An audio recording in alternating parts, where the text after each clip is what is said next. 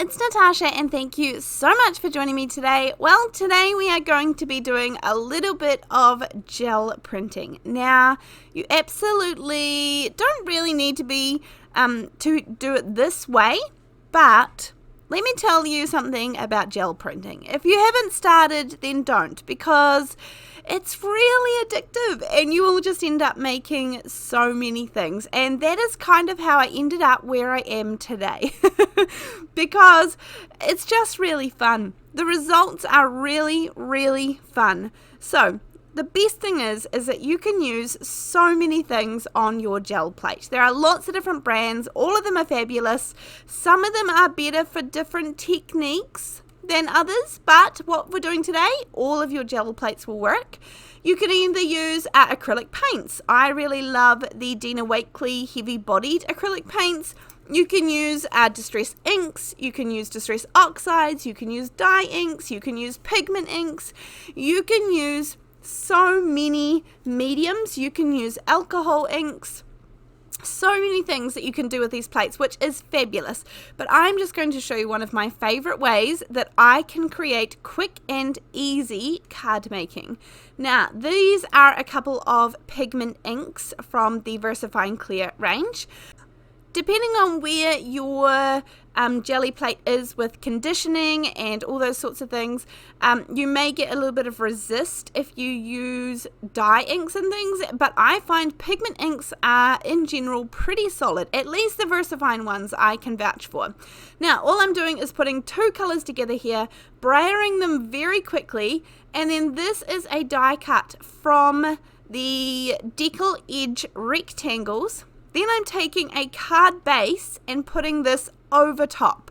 Now, I'll do this a few times so that you can see. Then I take a scrap piece of paper, and this is just so I can give really good even pressure, and it kind of helps me get rid of that excess ink around the edge because I don't need that part. Pull off your card base, and we have that two-tone effect there, and then pull off this one, and we have this here. So this is a really fun, easy way to color the front of your cards. And then I'm going to clean this one off. I just use a scrap piece of copy paper for all of my cleaning up and things, and that leaves your gel plate nice and clean and ready to accept another color or the same one if you choose. This time I'm going purpley pinky with Purple Delight and Monarch. So this one's sort of like a purple pink, and then this one's definitely a purple, and I just brayer these two colors together.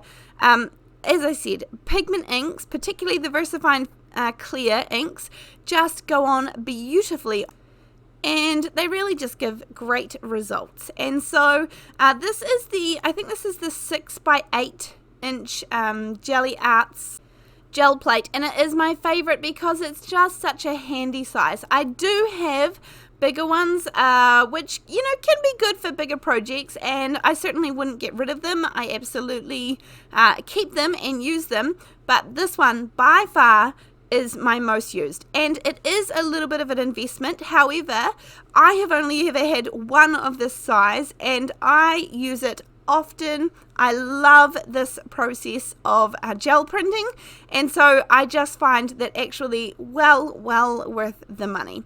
Now, I didn't even brayer off the color. I just brayered it back on using what was left on my brayer. I didn't add any more ink. And then again, I'm going through the same process. You could go through and use all of your die cuts. I mean, you could do like a little floral arrangement. Oh, actually, I might even try this.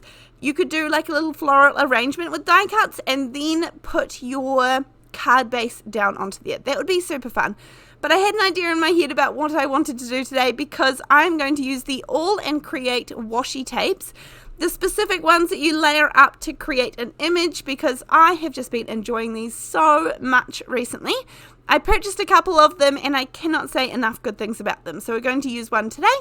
Now, this one here is the, the second. I just did a little excess bit of brayering, and this is the gorgeous results that we get. It is just such a satisfying feeling pulling up those prints. And I mean, this is just beyond the most basic of what you can do. There is just layering up stencils, all sorts of beautiful things. I do have I think I have a playlist on my channel about it, but if you search for the jelly plate anyway, you'll find so many. Now, this is the washi tape I'm talking about. This one is called Still Unwritten. Now, I wanted to create a panel, and originally I thought I was going to go on the yellow and orange panel. However, I'm actually changing my plan. I'm going to put this down on a piece of plain white cardstock first, and you can just see it's very obvious where to tear in between where these images are, so that you know where to stop tearing and where to tear. It's very, very obvious. I promise you it's not tricky.